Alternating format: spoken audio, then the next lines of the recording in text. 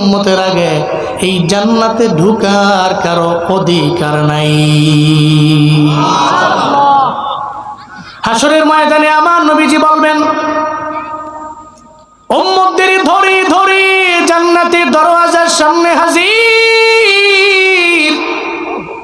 জান্নাতের দরওয়াজার সামনে গিয়া দাঁড়াইয়া নবী বলবে, আনা মুহাম্মদ, কারে নিয়ে আইছেন?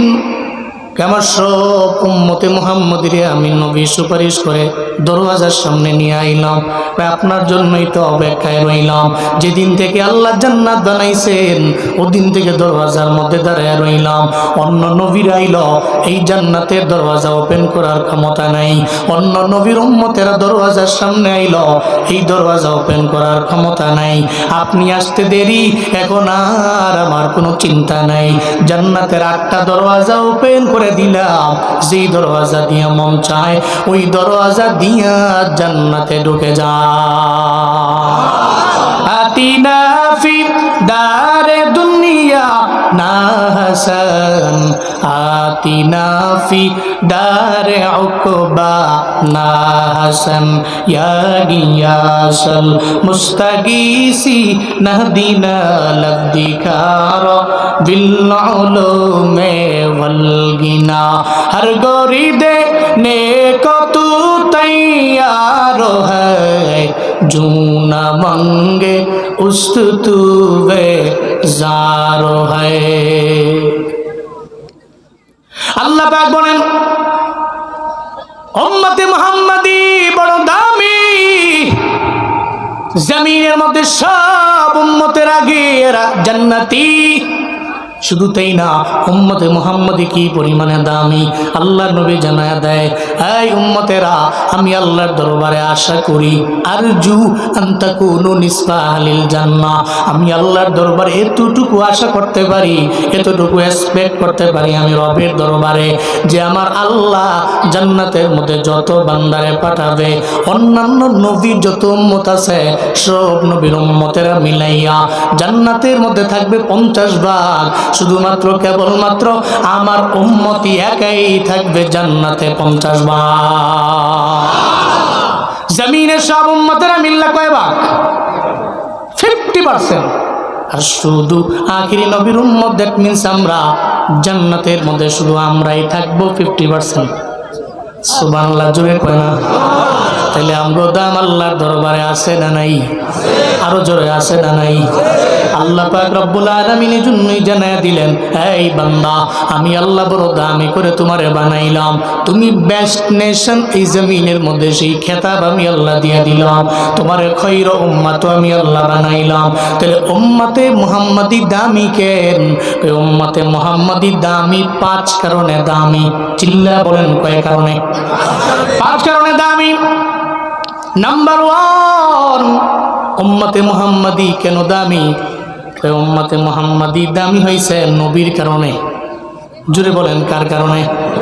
সাইয়্যিদুল আম্বিয়া, সব নবীদের নবী যেহেতু আমার নবী, তো নবীর দাম আল্লাহর দরবারে যেহেতু বেশি, আমগো দাম আল্লাহর দরবারে কম না বেশি? মুসা নবীর উম্মতেরা ইবাদতের জন্য নির্দিষ্ট একটা জায়গায় যাওয়া লাগতো, কিন্তু মদিনার নবীর উম্মতের তো নির্দিষ্ট জায়গায় যাওয়া লাগে না।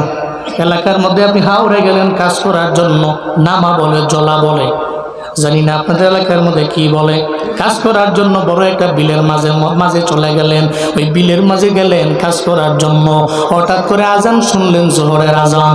আপনার বিলের মাঝখানে মসজিদও নাই, কিন্তু আপনার কাঁধের মধ্যে একটা গামছা আছে, এই গামছাটা বিছাইয়া আপনি নামাজের মুসল্লা বানায়া দাঁড়ায় গেলেন, আল্লাহু আকবার বললা জোহরের 4 রাকাত ফরজ নামাজ আপনি আদায় করে ফেললেন।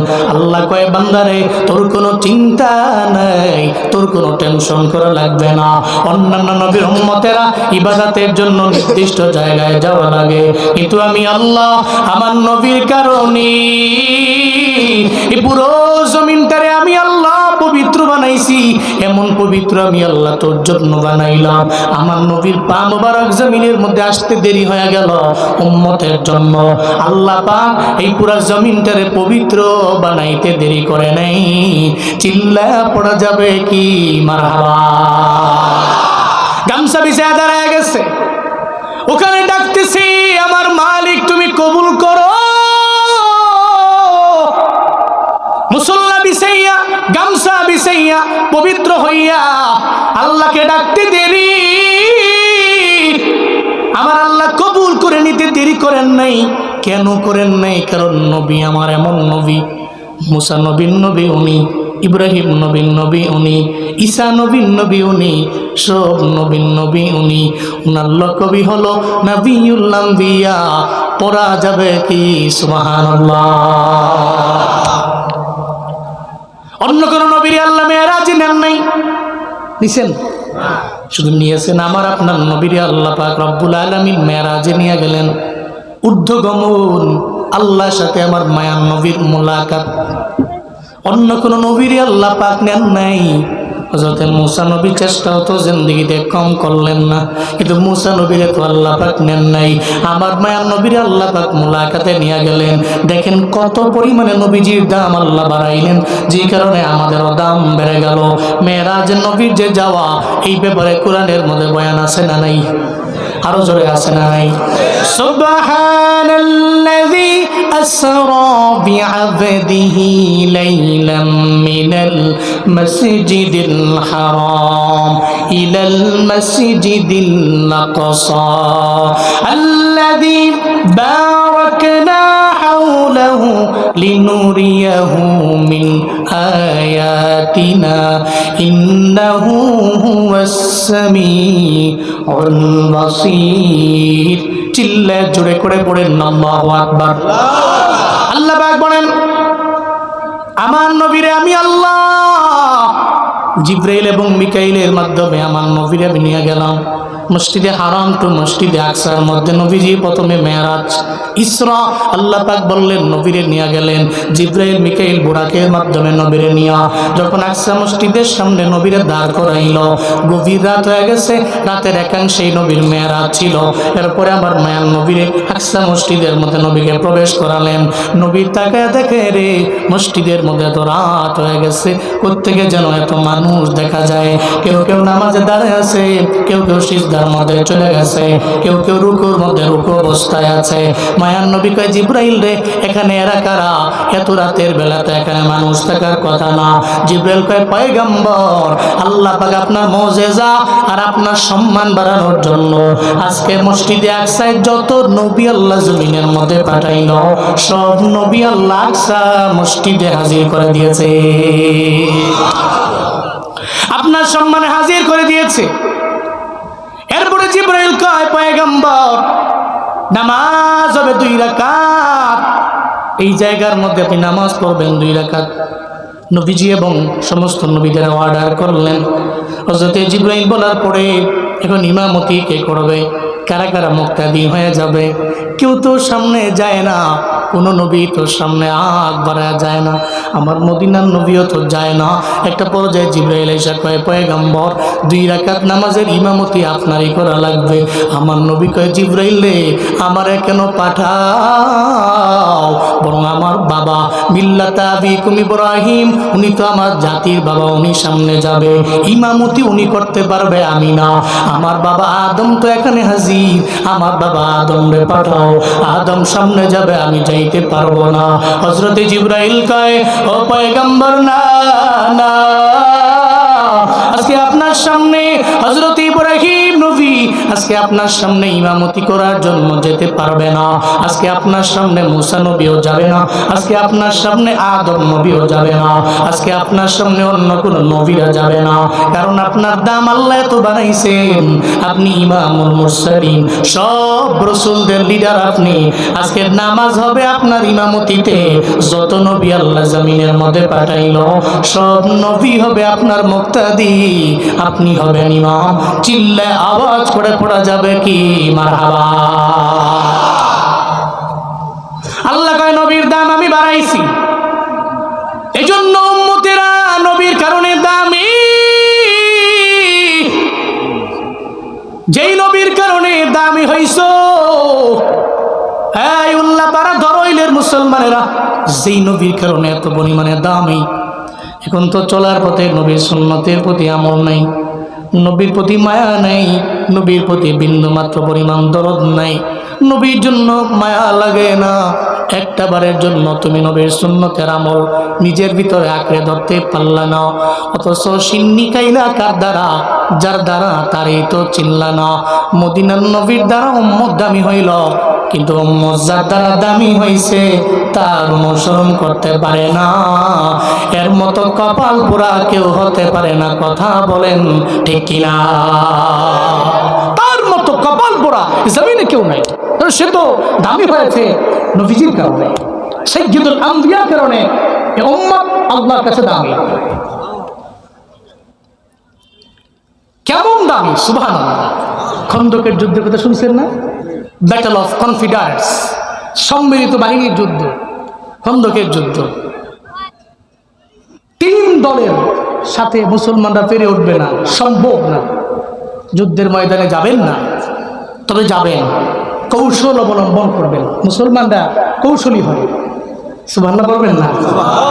পৃথিবীতে মুসলিম আদেলরা এরা রণকুশলী হয়েছে, সমর কুশলী।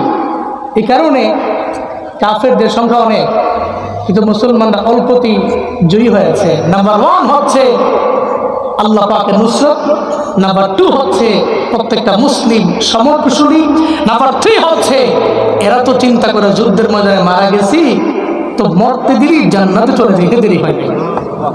এই চিন্তার কারণে এরা সব জায়গায় জয়ী। তো খন্দকের প্রান্তরে 3 দলের লোকেরা, নবীজি চিন্তা করলেন খন্দকের প্রান্তরে যুদ্ধ করে আমরা পেরে উঠবো না, ওই জায়গায় 3 দলের লোকেরা আসবে, আমি নবীর দ্বারা আমার সাহাবায়ে কেরামের দ্বারা সম্ভব না। নবী চিন্তা করলেন খন্দকের প্রান্তরে আমরা যুদ্ধ করব না, বরং পরিখা খনন করব, খাল খনন করব। নবীজির সঙ্গে সাহাবায়ে কেরাম নিয়ে গেলেন, 1500 সাহাবা নিয়া খন্দকের প্রান্তরে আমার মায়ার নবীজি চলে গেলেন। ওখানে যাওয়ার পরে একটা বারের জন্য নবী বলেন না, এই তোমরা সবাই খাল খনন করার কাজে তোমরা লেগে যাও। একটা বারের জন্য নবী এদের বলে না, বরং সবার আগে বলে আমারে বুঝাটা আমার মাথার মধ্যে দিয়া দাও, আমার কাঁধের মধ্যে আমারে দিয়া দাও। কারণ সাহাবায়ে কেরাম যারা আমার সাথে আসলো এদের কাজ করার আগে অগ্রাধিকার তো আমি, আগে তো আমি আমার বুঝাটা মাথার মধ্যে নিব, এরপরে সাহাবায়ে কেরামদের বলবো। কিন্তু আমগো দেশের লিডাররা যদি হইতো ওই কাজ যা করার তোরা কর, রাস্তার মধ্যে দাঁড়াইয়া দাঁড়াইয়া কয় এটা কর এটা কর এটা কর, একটা বারের জন্য নিজের হাতও লাগায় না। কারণ ও চিন্তা করে ক্ষমতা তো পাইছি, কারণ এই চিন্তা নিয়েই তো আগায়। আর এই জন্যই তো আমার দেশের চেয়ার পানিওয়ালারা যখনই চেয়ার পায় আর তখনই চেয়ার পাওয়ার পরে নিজের অহংকারী বানাইয়া মানুষের উপরে জুলুম করতে দ্বিধা করে না।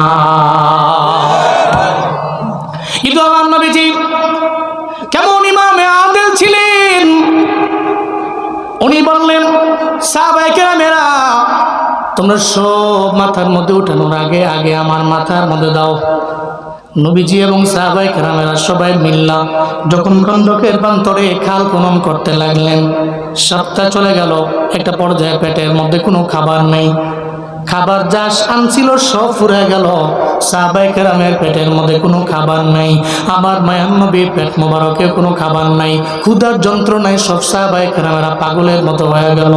একটা বারও আমার মায়ার নবী চিন্তা করে না সাহাবায়ে কেরামদের রাইখা আমি আমার বাসার মধ্যে যাই খাবার আনার জন্য অথবা খাওয়ার জন্য আমি যাই। নবীজি চিন্তা করলেন যেহেতু সাহাবায়ে কেরামদের আমি নিয়ে আসলাম, তাহলে এই সাহাবায়ে কেরামদের এই জায়গার মধ্যে রাইখা জীবনও কোনোদিন আমি খাওয়ার জন্য একা যাইতে পারি না। এই চিন্তা করে নবীজি পেটের মধ্যে একটা পাথর বাঁধলেন, এরপরে উনি সোজা হয়ে দাঁড়াইতে পারেন না, বারবার আমার নবী বাঁকা হয়ে যান, কারণ যদি উনি সোজা হয়ে দাঁড়ান তাহলে পাথরটা পড়ে যাওয়ার সম্ভাবনা আছে।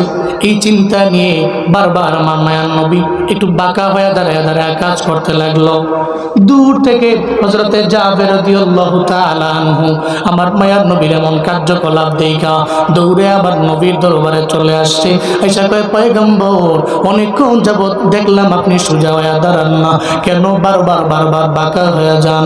আবার মায়ার নবী কয়, আরে জাবির, আজকে কয়েকদিন হয়ে গেল দেখো না আমার সাহাবায়ে কেরামেরাও খায় না, আমি নবীর পেটেও খাবার নাই, ক্ষুধার যন্ত্রণায় আমরা পাগলের মতো হয়ে গেলাম, এই কারণে পেটের মধ্যে একটা পাথর বাঁধলাম, আমি দাঁড়াইতে পারি না, আমি বারবার বারবার খালি বাঁকা হয়ে যাই। আমি চিন্তা করি আমি না খাইলে সাহাবায়ে কেরাম না খাইলে আমি খাবো না, এই কারণে পাথর বাঁধা দাঁড়ায় আছি, সোজা হইতে পারি না, বারবার বাঁকা হয়ে যাই। চিল্লা আওয়াজ করে পড়া যাবে কি মারহাবা? আমি বাঁকা হয়ে গেছি, সোজা হয়ে দাঁড়াইতে পারি না। হযরত জাবির